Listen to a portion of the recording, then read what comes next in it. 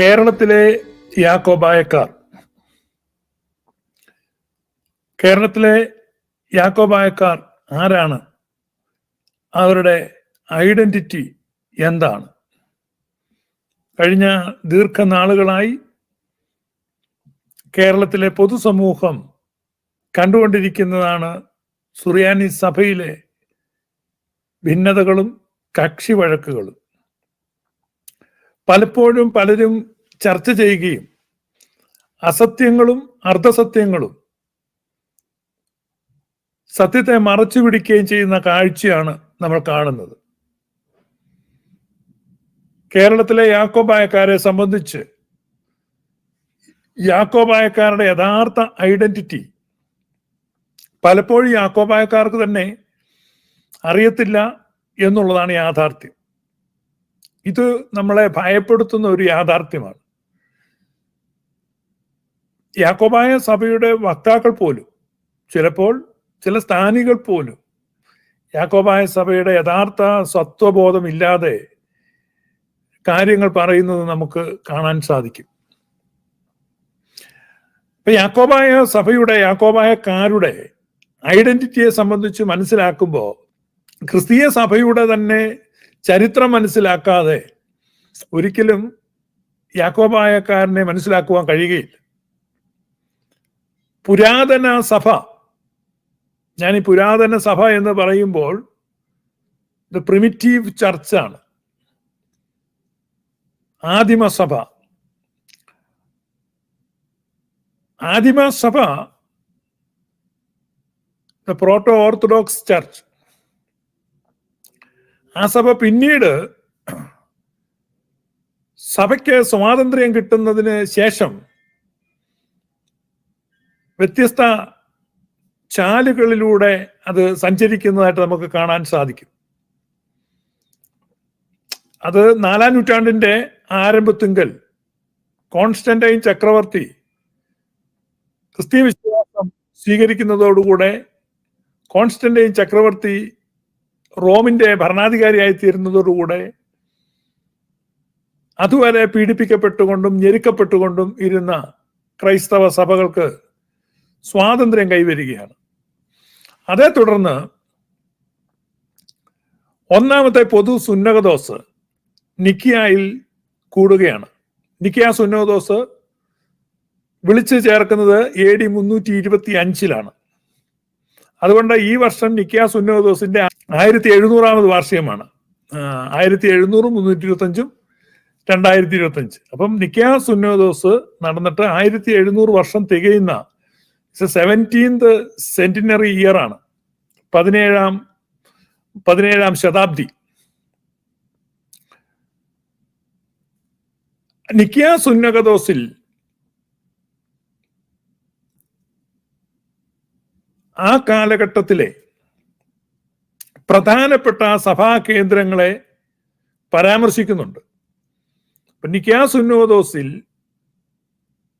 പരിശുദ്ധ അന്ത്യോക്യ സിംഹാസനത്തെ പ്രത്യേകമായി പരാമർശിക്കുന്നു, റോമിലെ സിംഹാസനത്തെ പരാമർശിക്കുന്നു, അതുപോലെ അലക്സാണ്ട്രിയൻ സിംഹാസനത്തെ പരാമർശിക്കുന്നു.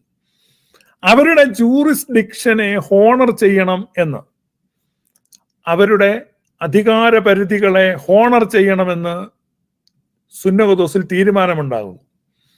പലപ്പോഴും പലർക്കും ഈ നിക്കിയ സുന്നകദോസിനെ സംബന്ധിച്ച് തെറ്റിദ്ധാരണകൾ ഉണ്ട്, തെറ്റായ ധാരണ. കാരണം ബൈബിൾ ക്രോഡീകരിച്ചത് നിക്കിയ സുന്നകദോസിലാണ് എന്നൊക്കെ ചില ആളുകൾ പറയും. ബൈബിൾ ക്രോഡീകരണമൊന്നും നിക്കിയ സുന്നകദോസിൽ നടന്നിട്ടില്ല. നിക്കിയ സുന്നകദോസിൽ 20 കാനോനയാണ്, അതായത് 20 തീരുമാനങ്ങളാണ് നിക്കിയ സുന്നകദോസിൽ ഉണ്ടായിട്ടുള്ളത്. ഇതാണ് ഈ നിക്കിയ സുന്നകദോസിൽ 20 കാനോനകൾ നിങ്ങൾക്ക് ഇപ്പോൾ സ്ക്രീനിൽ കാണാം. അതിനകത്ത് ഈ 6ാമത്തെ കാനോന എഴുതിയിരിക്കുന്നത്, 6ാം തീരുമാനത്തിൽ എഴുതിയിരിക്കുന്ന let the customs in Egypt, Libya and Pentapolis prevail. Let the bishop of Alexandria have jurisdiction in all these, since the like is customary for the bishop of Rome also. Likewise in Antioch and other provinces, let the churches retain their privileges.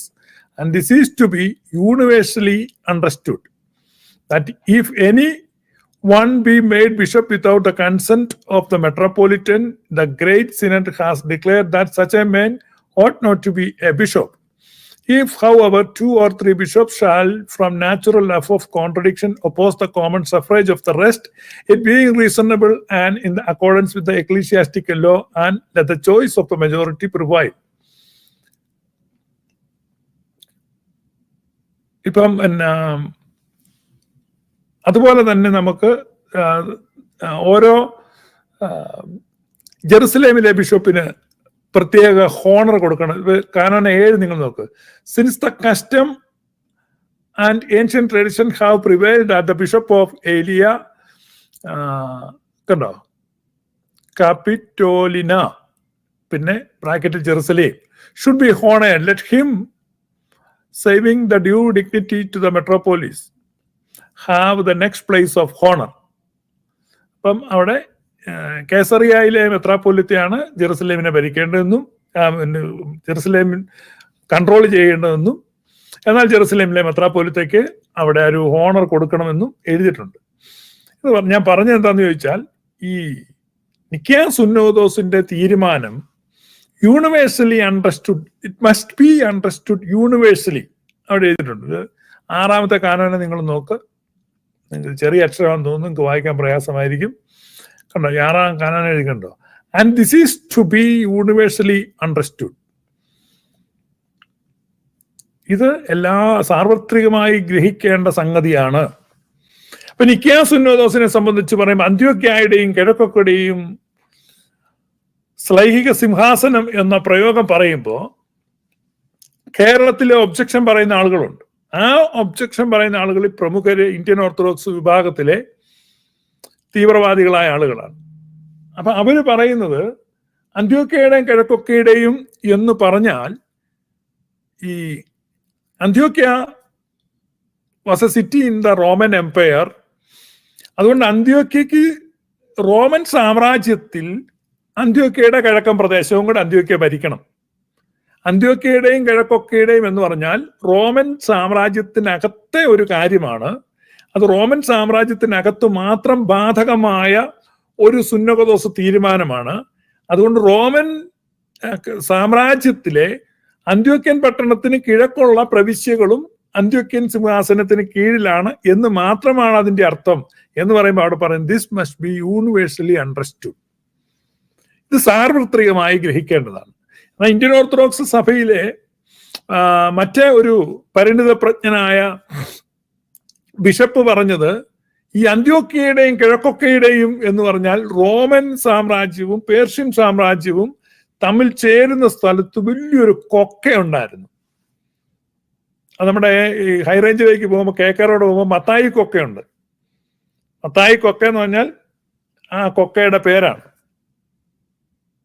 ഒരു വലിയ കൊക്കയാണ്, canyon എന്നൊക്കെ വേണം പറയാം അല്ലെ, വലിയൊരു കൊക്കയാണ്. അപ്പൊ ആ വലിയ കൊക്കയ്ക്ക് മത്തായി എന്ന് പേരുണ്ട്. അപ്പൊ മത്തായി കൊക്ക എന്ന് പറഞ്ഞതുപോലെ അന്ത്യോക്യയുടെ കിഴക്കുവശത്ത് പേർഷ്യൻ സാമ്രാജ്യത്തിൽ, അതായത് റോമൻ സാമ്രാജ്യത്തിനും പേർഷ്യൻ സാമ്രാജ്യത്തിനും അതിര് പങ്കിടുന്ന സ്ഥലത്ത് വലിയൊരു കൊക്കയുണ്ടായിരുന്നു. അപ്പൊ അന്ത്യോക്യയുടെയും കിഴക്കേ കൊക്കയുടെയും പാത്രക്കീസ് എന്ന് പറഞ്ഞാൽ, ഈ പാത്രക്കീസ് എന്തിനാ കൊക്കയെ പോയിരിക്കുന്നത്, കൊക്കയിൽ വല്ല വിശ്വാസികളുണ്ടോ, ഇതിനൊന്നും ഉത്തരവില്ല. അപ്പൊ അന്ത്യോക്യയുടെയും കിഴക്കൊക്കെയുടെയും എന്ന് പറഞ്ഞാൽ കിഴക്കേ കൊക്കയുടെ എന്ന് ഒരു അഭിമന്യ ബിഷപ്പ് വ്യാഖ്യാനിക്കുന്നത് കേട്ടു. അന്ത്യോക്യയുടെയും കിഴക്കേ കൊക്കയുടെയും അധിപൻ, അത് ഞാനൊരു വാക്ക് നേരത്തെ പറഞ്ഞിട്ടുള്ളതാണ്, ഒന്നുകൂടെ പറയാണ്. അന്ത്യോക്യയും കിഴക്കൊക്കെയും എന്ന് പറഞ്ഞാൽ റോമാ സാമ്രാജ്യത്തിൽ കിഴക്കൻ അതിർത്തിയിലേക്ക് വരുന്ന അവസാനത്തെ സിറ്റിയാണ് അന്ത്യോക്യ. അപ്പൊ അന്ത്യോക്യയും കിഴക്ക് റോമാ സാമ്രാജ്യത്തിൽ ഉൾപ്പെടുന്ന യൂഫ്രട്ടീസ് നദിയുടെ തീരം വരെയാണെന്ന് റോമാ സാമ്രാജ്യം. നദിയും നദിയുടെ അപ്പുറവും പേർഷ്യൻ സാമ്രാജ്യമാണ്. അപ്പോൾ റോമാ സാമ്രാജ്യത്തിൽ അന്ത്യോക്യയുടെ കിഴക്കുള്ള ഭാഗം, അതാണ് ആ വാക്കിൻ്റെ അർത്ഥം. അല്ല അന്ത്യോക്യയുടെ കിഴക്കൊക്കെ എന്ന് പറഞ്ഞാൽ അങ്ങോട്ട് പോവല്ല, ഇന്ത്യ ചൈന ഒക്കെ പോവല്ല, ഓസ്ട്രേലിയ ന്യൂസിലാൻഡ്, അതല്ല അന്ത്യോക്യയുടെ കിഴക്കൊക്കെയുടെയും. മനസ്സിലായി? അന്ത്യോക്യയും കിഴക്കൊക്കെയുടെയും എന്ന് പറഞ്ഞാൽ ഈ ഇതിലേക്കുള്ള ചെങ്കുത്തായ സ്ഥലമാണ് യൂഫ്രട്ടീസിൻ്റെ. ഞാൻ പോയി കണ്ടിട്ടുള്ള സ്ഥലങ്ങളാണ്. ആ കിഴക്കേ കൊക്കയാണ് അത് ആക്ച്വലി. അതൊന്നും പറഞ്ഞിട്ട് മലങ്കര സഭയിൽ പാസ്സാവില്ല. ഇത് ആന്റിയോക്ക് ആൻഡ് ഓൾ ദ ഈസ്റ്റ്, ആന്റിയോക്ക് ആൻഡ് ഓൾ ദ ഈസ്റ്റ് എന്ന് പറഞ്ഞാൽ അതിന്റെ തർജ്ജമ കൊക്ക എന്നാണോ? ഇങ്ങനെയാണ് ഈ സാധാരണ ഇന്ത്യൻ ഓർത്തഡോക്സിലെ മന്ദബുദ്ധികളായ ആളുകളെ അവരുടെ ബിഷപ്പുമാരും അവരുടെ ഈ നേതാക്കന്മാരും, ഇപ്പൊ തന്നെ ഒരു ഇന്ത്യൻ ഓർത്തഡോക്സിലെ ഒരു അൽമായൻ ഒരു ഓഡിയോ ക്ലിപ്പ് ഇറക്കാണ്. പുള്ളിക്ക് നേരിട്ട് വന്നൊന്നും സംസാരിക്കാൻ ത്രാണിയും പ്രാപ്തിയൊന്നും ഇല്ലാത്തതുകൊണ്ട് ഓഡിയോ ക്ലിപ്പ് ഇറക്കാണ്. ചുമ്മാ കുറച്ച് നുണകളും ഭാവനകളും സങ്കല്പങ്ങളും മോഹങ്ങളും എല്ലാം മിക്സ് ചെയ്ത് ഓഡിയോ ക്ലിപ്പ് ഇറക്കുകയാണ്. അപ്പൊ ഇതുപോലെ പല പല ഓഡിയോ ക്ലിപ്പുകളിലൂടെയും അതുപോലെ പേരില്ലാത്ത എഴുത്തുകളിലൂടെ, അഡ്രസ് ഇല്ലാത്ത പോസ്റ്റുകളിലൂടെ, കമന്റുകളിലൂടെ ഒക്കെയാണ് ഇവർ ഈ നുണപ്രചരണം നടത്തിക്കൊണ്ടിരുന്നത്. വിഷവിസർജനം എന്നാണ് ഞാൻ അതിന് പറയുന്നത്. അപ്പൊ ഇവിടെ പറയുന്നത് this must be understood universally. ഇത് സാർവത്രികമാണ്. അപ്പൊ അന്ത്യോക്യയുടെയും കിഴക്കൊക്കെയുടെയും എന്ന് പറഞ്ഞാൽ ഇന്ത്യയുടെയും ചൈനയുടെയും ഒക്കെ സഭകളുടെ ഭരണാധികാരം പരിശുദ്ധ പത്രോസിന്റെ ശ്ലൈഹിക സിംഹാസനം, അന്ത്യോക്യയിലെ സിംഹാസനത്തിൽ വാഴുന്ന ബിഷപ്പിനുള്ളതാണെന്നാണ് തീരുമാനം. അതാണ് പൂർവികമായ നടപ്പ്. ആ നടപ്പ് തുടരട്ടെ എന്നാണ്. അത് ചേഞ്ച് ആയിട്ടില്ല. ഇനി ഈ ജൂറിസ്ഡിക്ഷൻ, അപ്പോ ഇവിടെ പറയുന്ന നിക്കാ സുന്നോദോസ് എന്ന് പറഞ്ഞാൽ it was just A local council എന്നാണ് ഇന്ത്യൻ ഓർത്തഡോക്സുകാർ പറയുന്നത്. ഇറ്റ് വാസ് ജസ്റ്റ് അതൊരു ലോക്കൽ കൗൺസിൽ, ഒരു പ്രാദേശിക സുന്നോദോസ് ആയിരുന്നു. അത് ഇന്ത്യക്ക് ബാധകമല്ല, കേരളത്തിന് ബാധകമല്ല. അതുകൊണ്ടല്ല ഞങ്ങൾ കഞ്ഞിക്കുഴിയിൽ നിന്ന് ആരെയും അങ്ങോട്ട് അയക്കാഞ്ഞത്. അവരുടെ ന്യായമാണത്, സ്വാഭാവികമായിട്ട് നല്ലതാണ്. പക്ഷേ എന്നെ അമ്പരിപ്പിച്ച് എന്നാന്ന് വെച്ച് കഴിഞ്ഞാൽ 2 മാസം മുമ്പ് കഞ്ഞിക്കുഴിയിലെ ബാവാ തിരുമേനിയും കുറച്ചു പേര് ചേർന്ന് നിക്കാ സുന്നോദോസിന്റെ 1700ാമത് വാർഷികം ആഘോഷിക്കുകയാണ്. അതിനകത്ത് ഈ പങ്കെടുത്ത ബിഷപ്പുമാരിൽ ഈ ശരിയായ കൈവപ്പോ പൗരോഹിത്യമുള്ള ആരുമില്ലായിരുന്നു. കുറച്ച് വ്യാജ ബിഷപ്പുമാരൊക്കെ കൂടെ ചേർന്ന് ഈ ഉറപ്പായിട്ടും മത്തായി, മൂന്നാമൻ കാതോലിക്ക ബാവായും ഒക്കെ ഉണ്ട്. അവരെല്ലാം കൂടെ വന്ന് നിക്കാ സുന്നോദോസിന്റെ 1700ാമത് വാർഷികം ആഘോഷിക്കുക. അത് നിങ്ങൾക്ക് ബാധകമല്ലെങ്കിൽ നിങ്ങൾ എന്തിനാണ് അത് ആഘോഷിക്കുന്നത്? ഇന്ത്യൻ ഓർത്തഡോക്സുകാർക്ക് നിക്കാ സുന്നോദോസോ അന്ത്യോക്യ സിംഹാസനമോ അന്ത്യോക്യയിലുടെയും കിഴക്കൊക്കെയുടെയും അധികാരം പാത്രിയർക്കീസിനാണെന്നുള്ള തീരുമാനം ഇതൊന്നും നിങ്ങൾ അംഗീകരിക്കുന്നില്ല. അത് റോമൻ സാമ്രാജ്യത്തിനകത്ത് പ്രാദേശികമായി കൂടിയ സുന്നോദോസ് ആണെങ്കിൽ അതിന്റെ 1700ാമത് വാർഷികം എന്തിനാണ് നിങ്ങൾ ആഘോഷിക്കുന്നത്? അപ്പൊ അതൊന്ന് കണ്ടുപിടിച്ച് നിങ്ങൾ പറയണം, എന്തിനാണ് നിങ്ങൾ അങ്ങനെ ആഘോഷിക്കുന്നത്? അപ്പൊ ഞാനീ പറഞ്ഞു വന്ന എന്താന്ന് ചോദിച്ചാൽ, ഈ തീരുമാനം എത്രത്തോളം മറ്റ് സഭകൾ പാലിച്ചിരുന്നു എന്നുള്ളതാണ്. കാരണം ഇങ്ങനെയൊരു തീരുമാനം ഉണ്ടെങ്കിൽ അത് എത്ര വലിയൊരു തീരുമാനമാണ്. അപ്പൊ ഈ തീരുമാനം, അതായത് ഒരു സഭയുടെ ഒരു ബിഷപ്പ് മറ്റൊരു ബിഷപ്പിന് കൈ കടത്തുവാൻ, അവിടെ പോയി വാഴ്ച നടത്തുവാനോ പാടില്ല, അങ്ങനെ ചെയ്യരുത്. ഇതൊക്കെ അന്നത്തെ ഒരു തീരുമാനമാണ്. അപ്പോൾ അതുകൊണ്ട് ഈ പുരാതനമായ സിംഹാസനങ്ങൾ അന്ത്യോക്യ, അലക്സാണ്ട്രിയ, റോം, ഈ 3 പുരാതന സിംഹാസനങ്ങൾ. അന്ത്യോക്യ, അലക്സാണ്ട്രിയ, റോം. പിന്നീട് റോമൻ സാമ്രാജ്യം 2 കേന്ദ്രങ്ങളിൽ ഭരണം നടക്കുമ്പോൾ റോമൻ സാമ്രാജ്യം കിഴക്കൻ സാമ്രാജ്യം എന്നും പടിഞ്ഞാറൻ സാമ്രാജ്യം എന്നും തിരിഞ്ഞിട്ട് 2 ക്യാപിറ്റൽ ഉണ്ടായിരുന്നു റോമൻ സാമ്രാജ്യത്തിന്. ഒന്ന് റോമും മറ്റത് കോൺസ്റ്റാന്റിനോപ്പിളുമാണ്. അപ്പൊ റോമിന് തുല്യമായ അധികാരം കോൺസ്റ്റാന്റിനോപ്പിളിനുമുണ്ട്. റോമൻ സാമ്രാജ്യം 2 ക്യാപിറ്റലായിട്ട് നിൽക്കുന്നതുകൊണ്ട് റോമൻ സീയുടെ ഒരു ക്ലോണിംഗ് പതിപ്പായിട്ട് കോൺസ്റ്റാന്റിനോപ്പിളിനെ കാണണം എന്നുള്ളൊരു ധാരണയിൽ റോമൻ സീ തന്നെയാണ് കോൺസ്റ്റാന്റിനോപ്പിൾ. അതുകൊണ്ട് പത്രോസിന്റെ ശ്ലൈഹിക സിംഹാസനം തന്നെയാണ് കോൺസ്റ്റാന്റിനോപ്പിൾ. അത് റോമൻ സീയുടെ ഒരു ക്ലോണിംഗ് പതിപ്പായിട്ട്, ഒരു ക്ലോൺ പതിപ്പായിട്ട്. അങ്ങനെയാണ് പിന്നീട് ഈ 4 സിംഹാസനങ്ങൾ എന്ന് വന്ന, യഥാർത്ഥത്തിൽ 3 സിംഹാസനങ്ങളാണ്. അന്ത്യോക്യ, അലക്സാണ്ട്രിയ, റോം, ഇത് 3 സിംഹാസനങ്ങളാണ്. പിന്നീട് നമുക്ക് ഈ